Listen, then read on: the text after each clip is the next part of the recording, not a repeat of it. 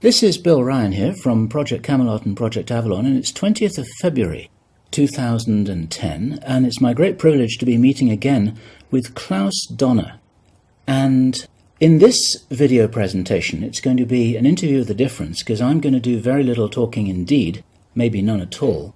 And Klaus is going to be doing an audio commentary on one of his extremely special, unusual and fascinating slideshows about the artifacts and the various phenomena that he has been researching, discovering, investigating personally all over the world, relating to what I think you could legitimately call the hidden history of the human race. Would you say that that's a good summary, Klaus? That's a very good summary, yes. So I'm going to step back here, and what follows now, just kick back and enjoy this slide presentation, and Klaus is going to take you through his own journey. You can accompany him on his own journey through his own discoveries. And take it away, Klaus. What are we looking at here? I can see an array of pyramids. What's the significance? The significance is that you can find pyramids all over the world on each continent. And the question is, when and who did build those pyramids? Why many of those pyramids all over the world are looking very, very similar? Another question is, did there really exist a global civilization? And I think many of our researches are really telling us that once upon a long time a global civilization existed. But how many thousands of years ago, we don't know. Most of the audience of Project Camelot may know about the story of one stone pyramid building found in 1984, 25 meters under the sea level in Japan on the island of Yonaguni, which is the southeast Japanese island belonging to the Ryukyu island group. And there is still a struggling of some international archaeologists who are saying that these monuments were done by nature. But my friend Professor Masaaki Kimura did several years since then researches not only on this monument, but also he found several others close by. On the right side down you have a model, and one thing nature is definitely not doing on top of two platforms of this monument. There is one huge stone turtle and one huge stone bird like an eagle. Nature is doing many things, but not such a precise, perfect monument. And the question is, where are all the stones? If nature would have done it broken down, where are those stones? There are also streets, and there was also found a stone stadium like a Roman Colosseum with stone seat rows and stone stairs. Nature is great, is doing many, many great things, but not such perfect buildings. Here you have the huge stone turtle, and you can see also how small is a diver against this big monument. Here you have one street with stairs going up. Here again a very close-up picture just to recognize the size of this huge monument. Here you can see some world maps.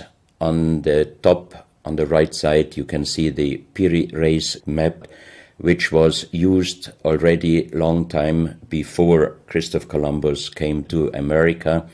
And you can see how perfect this map was already in the beginning of the 16th century, showing part of Europe, of Spain, Portugal, part of Western Africa, and also part of South America.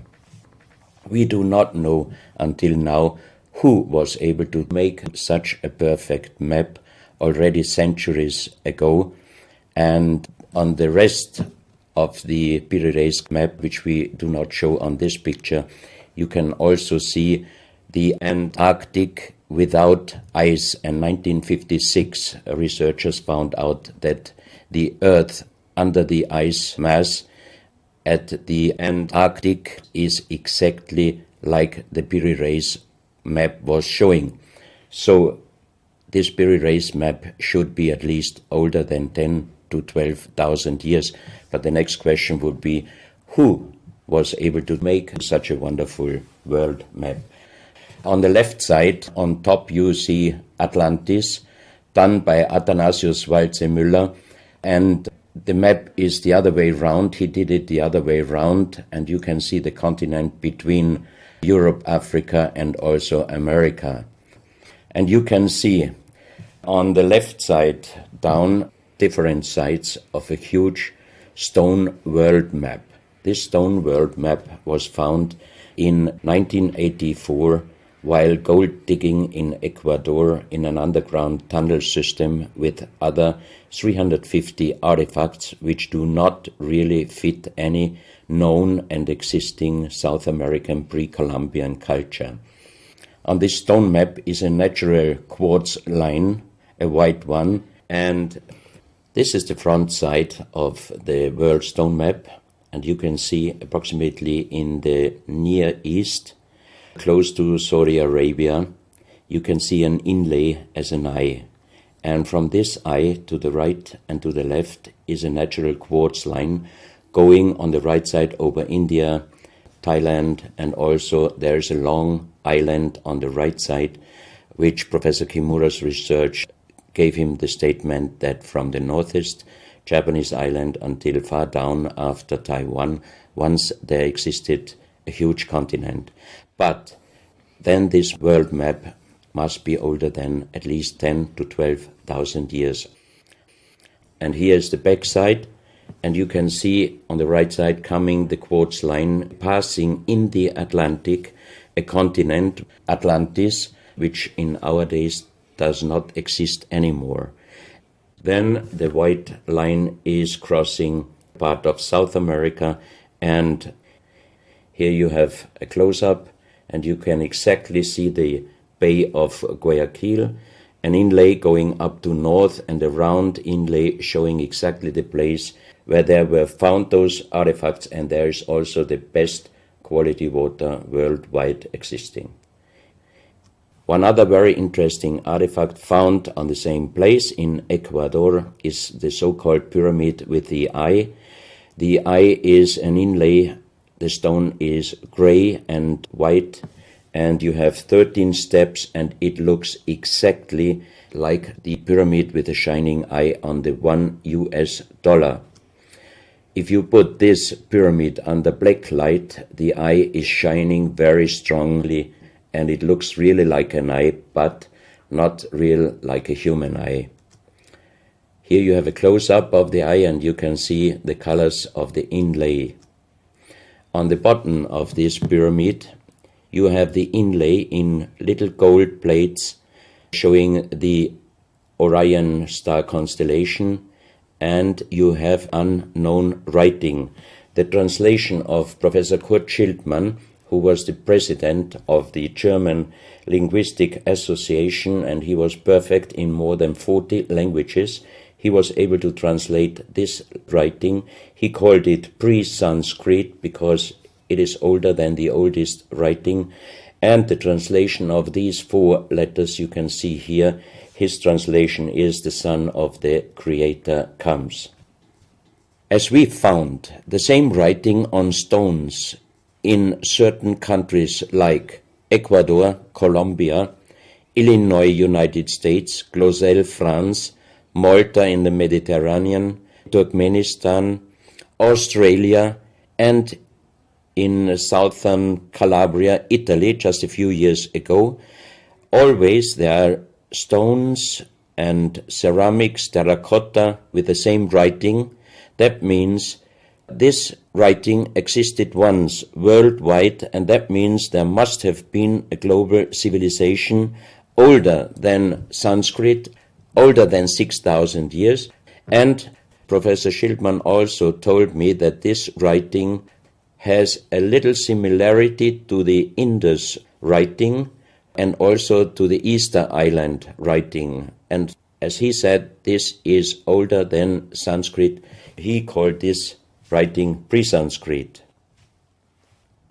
On this stone, you can see on the top the 2 eyes, and then you see the right hand holding the pyramid and putting the left hand on top of the pyramid. That means showing how to use this pyramid with the eye.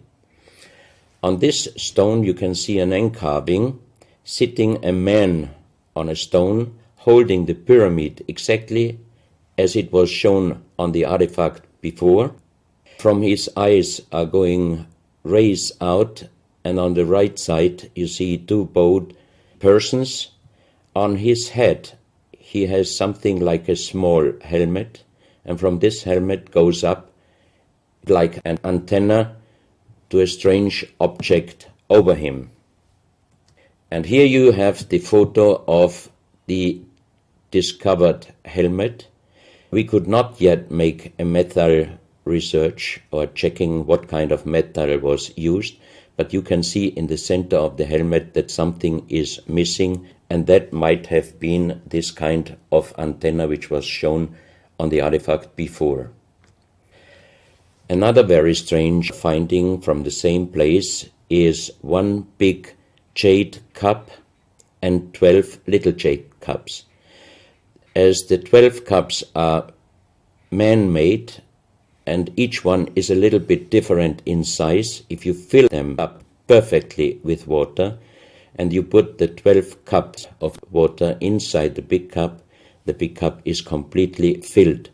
The next strange thing is that you can see on the little cups numbers which are looking like the Mayan numbers, but if you compare them with the Mayan numbers, you find out that there are some little differences. And on the big cup you can see a perfect inlaid star constellation, also showing the Orion and other stars. And inside the big cup it is very, very magnetic, and outside the cup nearly nothing.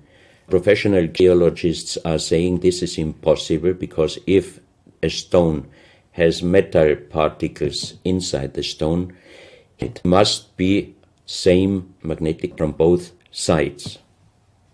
Here you have a close-up of the big cup, and you can see a perfect inlay of star constellations, and they are shining very brightly if you put black light on it.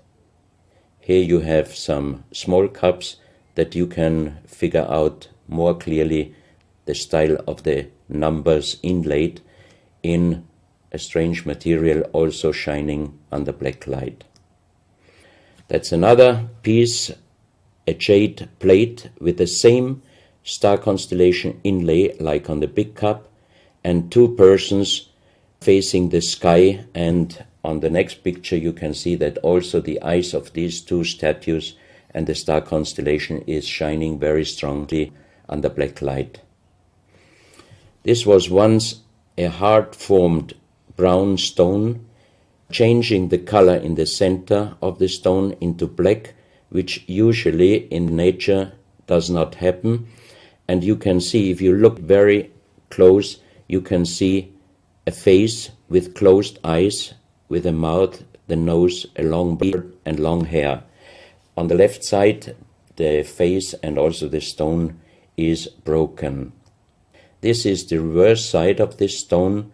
You can see a spiral and a triangle. The center of the triangle is very magnetic, also shining under black light. Here we have the backside of a cobra. The cobra never existed in South America, but this one was found at the same place.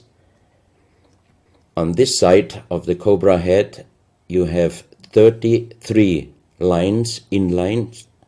So 33 is also a very mystical number since long time. And on the left side and right side you have 7 points inlaid, and maybe these are the chakras. Also this cobra head is shining brightly if you put black light on it. Another object here, you have a perfect worked dolphin head, and also this artifact is shining under black light. Here you have a kind of stone helmet. You can put this granite stone helmet on your shoulders, or you can lay your head inside it, and the inlay points which you see on this helmet, some experts told me that these points are exactly the acupuncture points on the human head. Here you can see how it might have been used, and a few months ago they found at the same place an unfinished stone helmet. So that means that also some of these artifacts were made directly in Ecuador, but many, many years ago. And also the inlay on this object are shining under black light very bright. This is a fantastic jade snake, and also the inlay points are shining under black light. Here we have one artifact which is very perfectly carved on the back side, so that means it might have been used to put this artifact on the front of your forehead. You can see the two eyes inlaid, and on the reverse side you have the so-called third eye.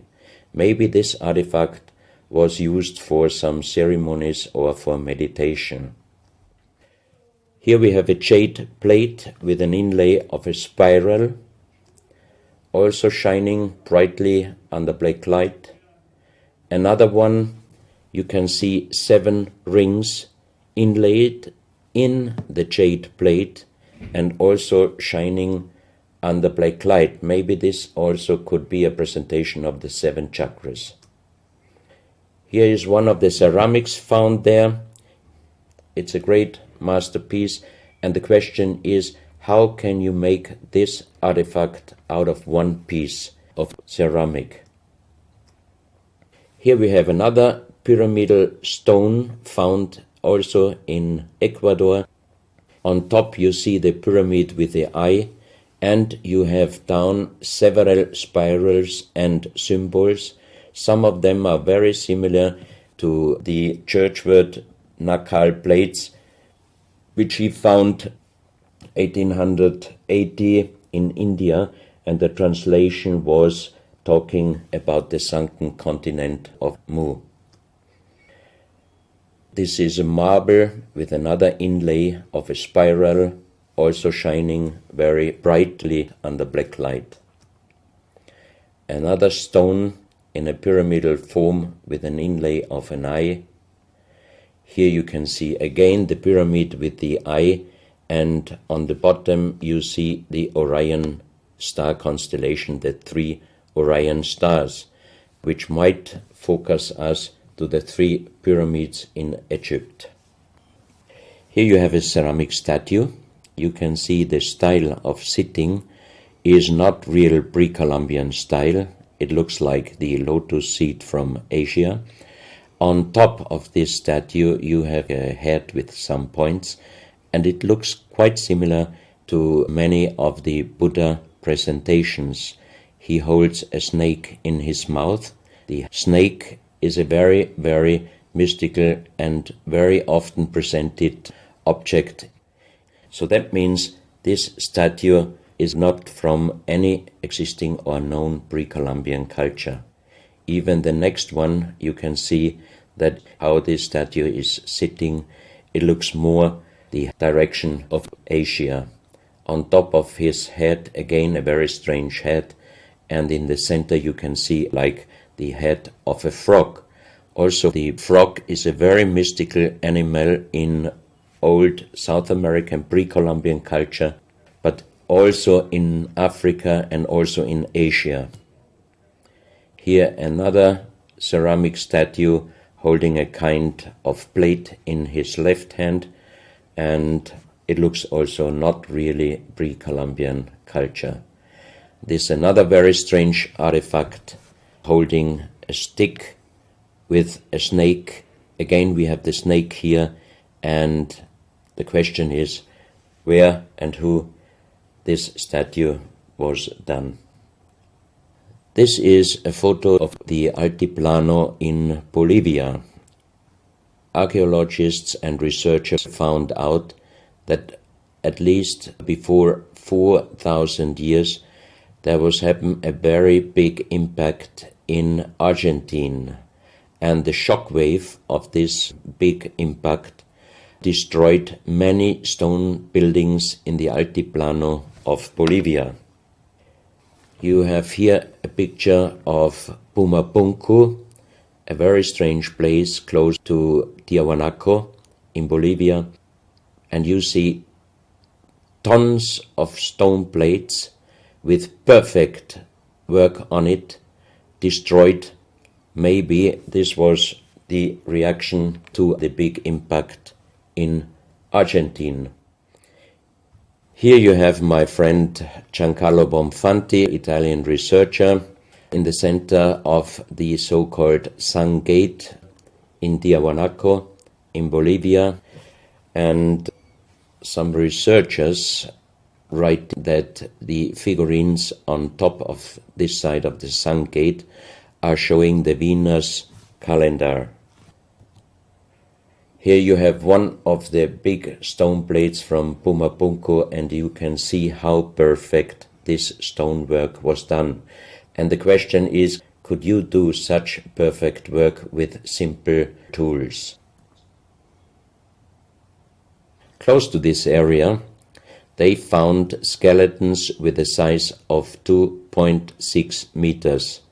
And the picture on the top shows you the skull of one of these skeletons, and it looks like it is deformed, but definitely these skulls are not deformed. They are natural style, like an egg. On this photo you see how strong the jaw of those skulls were.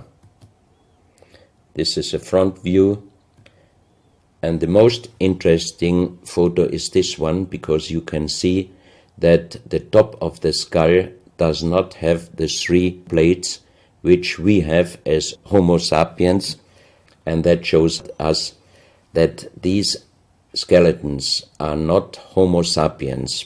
What we might be able is doing a DNA check and an age dating on these skeletons, because we are very much wondering what kind of humans did exist long time ago and how long ago.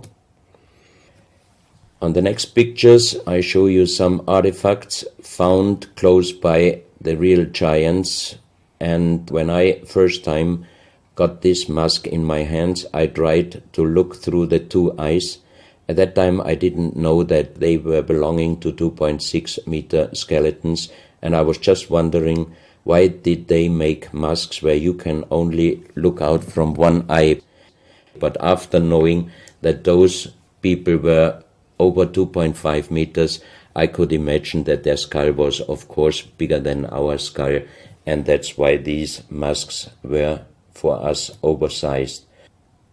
That's another mask from Bolivia, another one with very wonderful encarving, many spirals and many symbols, which we also found in many other cultures.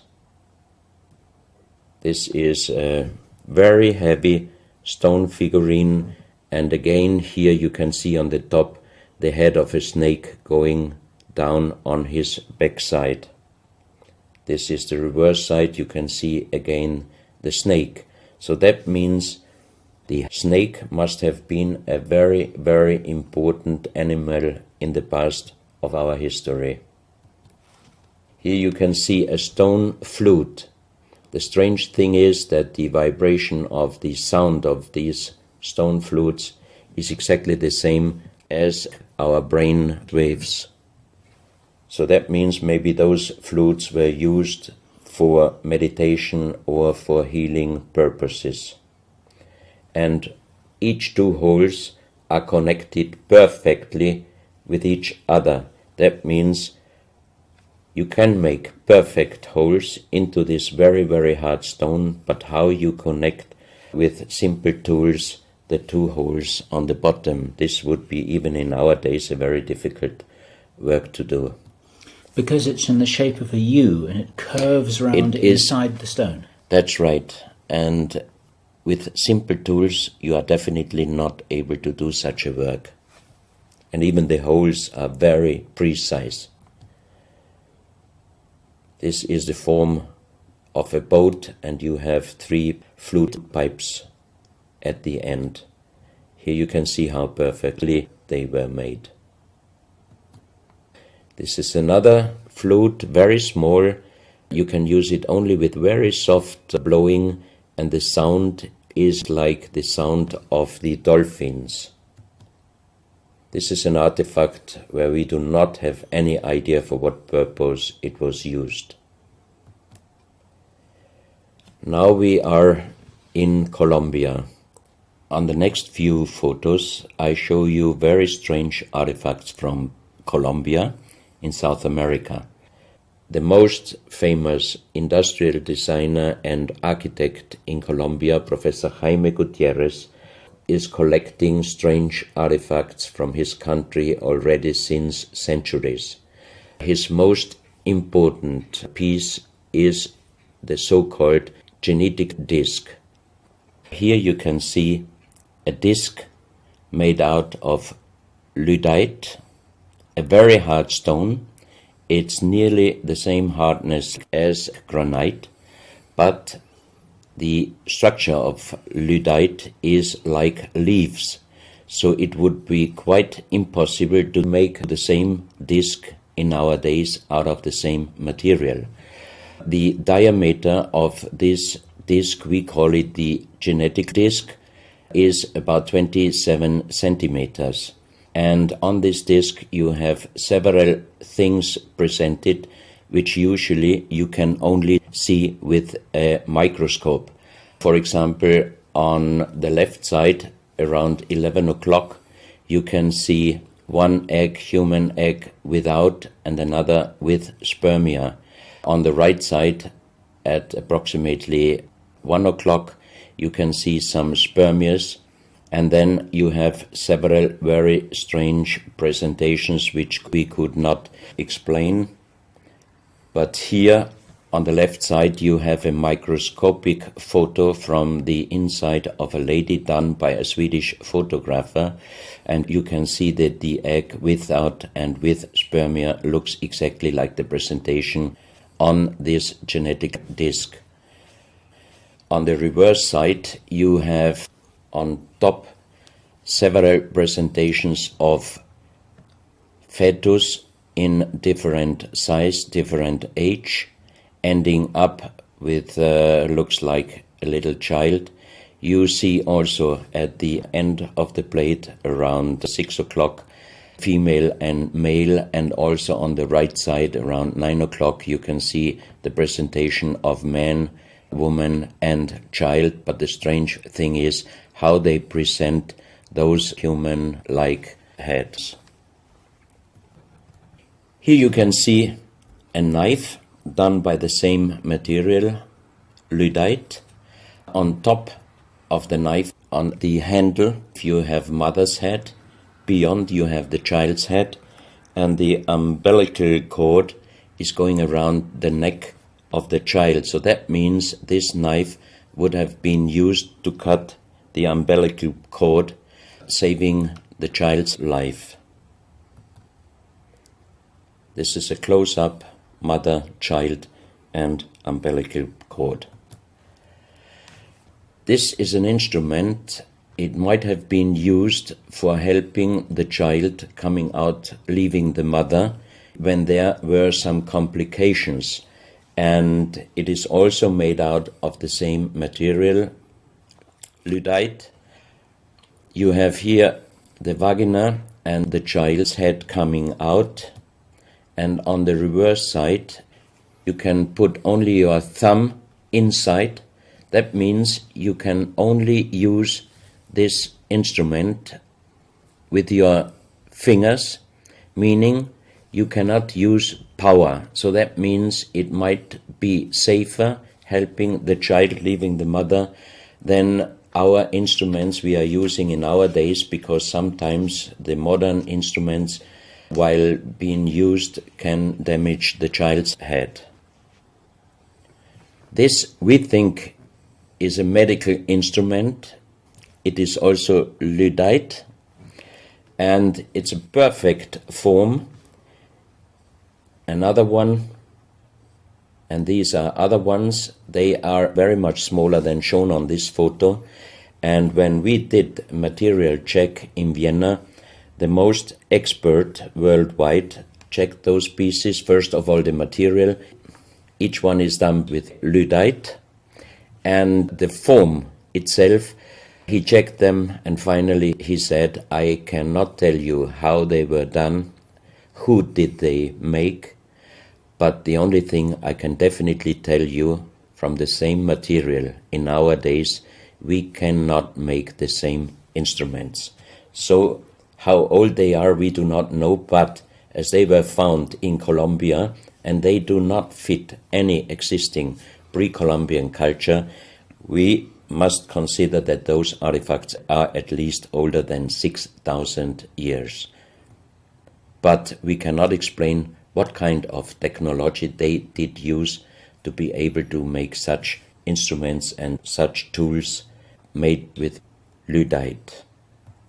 You can see each piece fits exactly every kind of hand, never mind how big the size of the hand was. Each instrument, each tool fits exactly each hand which was using those instruments. This face looks a little bit like the Maui, the big stone statues from Easter Island. Here you have a close-up. This, in joking, I call it the dentist chair. Perfectly done, but again, same material, lyddite. And the strange question is, why, if they could make such perfect figurines out of this very difficult material, why did they show the human face always with big round eyes and a little nose and a big mouth? There is no real explanation possible. This is again one piece from Colombia, lyddite. On the front side you see the mother holding the baby, and on the back side you see the man with armors, most probably for hunting. This stone figurine was found in Colombia. It looks exactly like the Maui statues from Easter Islands, but it is only about 30 centimeters in size. This is another masterpiece of stonework. You have on both sides presented one bird, but if you look at the front side, you can see that the two birds presenting a face, and on the left side, between the bird's head and the wings, you see again this unknown writing which we found on stones from all over the world. This is the mother holding a child, very strange face, and it's a kind of jade material. This is another stone from Colombia showing an armadillo. On top of the armadillo you can see a strange face with long ear and two horns on top. On this artifact you can see a smiling face on top. You have two triangles on this side, and on the other side, on the right side, you have a face. Again, the animal face on the right side, and some unknown symbols. And on the bottom of this object you see an animal, looks like a crocodile. Now we are moving to Guinea, West Africa, very close to the border with Mali. They found on a huge granite mountain the half portrait of a lady done in granite stone, and the size of this statue from top of the head until the middle of the torso is exactly 150 meters. So this is a real big question. who might have been able to do such a huge granite half-portrait in a mountain at least 10 to 12,000 years ago, because the Italian geologist Professor Pittoni was on the spot. He did these photos and he checked the earth on the bottom of this mountain, and his calculation was that this stone monument must have been done at least 10 to 12,000 years ago. But then we have the real big question: who could have been able to do such a big stone monument? Even in our days, it would be impossible, or at least it would cost so much money that it would never be able to do. And if you look at the close-up of the face, some experts told me that this face definitely is not European, but also, of course, not Black African. It must be either South American or Asian culture. But then again, we are at the point 10 to 12,000 years ago. It might be the civilization, the lost civilization from Atlantis. Close to this area in Sierra Leone, Professor Pittoni was in charge of diamond excavations. And as he heard in this area a legend about Allah was angry with some angels, and he put them into stone and throw them to the earth. He put the sky, also made it into stone and throw it to the earth, and he put the stars and throw them to the earth. The legend says that the sky, you can see on this stone, they call them sky stones, sky blue stones found in this area under the earth. And we did research in Vienna. This is definitely artificial stone. It's not a natural stone, and all the material could be found, but the only thing they could not inform us is what kind of color did they use to get this real sky blue color. The stone figurines found from 20 meters down to even 50 meters. Professor Pittoni always took some organic material from the finding place, and the age dating of those stone artifacts are from 2,500 years up to the oldest one, 17,000 years.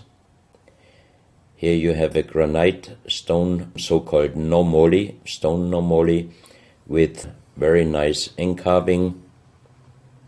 Here you have a man sitting on an elephant, as there are also the legends of giants all over Africa. You know how big is an elephant. It's a wonderful stonework. It's very hard and very heavy. There are also some artifacts showing half human or human with the head of a reptile, holding a kind of pot in their hand, and they could put something inside this pot, and also on top of several nomolis there is a hole for putting something inside, and most probably they were used for ceremonies. Here you have a kind of animal. It looks like a dinosaur. And when Professor Pittoni found this statue, it was making a strange noise. So he opened the statue, and they found inside the small black ball you can see on the bottom of the statue, and this was iron material. When we did the research on this artifact, and especially on this metal ball, next morning the professor called me and told me that somebody must have done a bad joke to me. I asked why, because the result of the research was this metal material is chrome steel, and chrome steel was found first time at the beginning of the 20th century in Austria. That means it was impossible inside a statue with the age of approximately 17,000 years. But when I called immediately Professor Pittoni, he was laughing and he said, I'm a geologist. If a statue is making a strange sound, I do not open it just right away, but I did several X-rays, and you can see here on the right picture one of the X-ray photos, and you see that inside the closed statue already the round ball, the chrome steel ball, was existing. On this X-ray photo you can see exactly, and also Professor Pittoni saw that this statue in former days already was opened but perfectly closed again, and he called a specialist who opened it exactly concerning this photo, the small stone ball which was closing the hole inside, and you can see that the metal ball was already existing. Some of you might have watched several pictures, photos on the internet of giant skeletons found in desert, in India, in China and other places. Most of those photos were competition photos to present Photoshop. Perfectly done.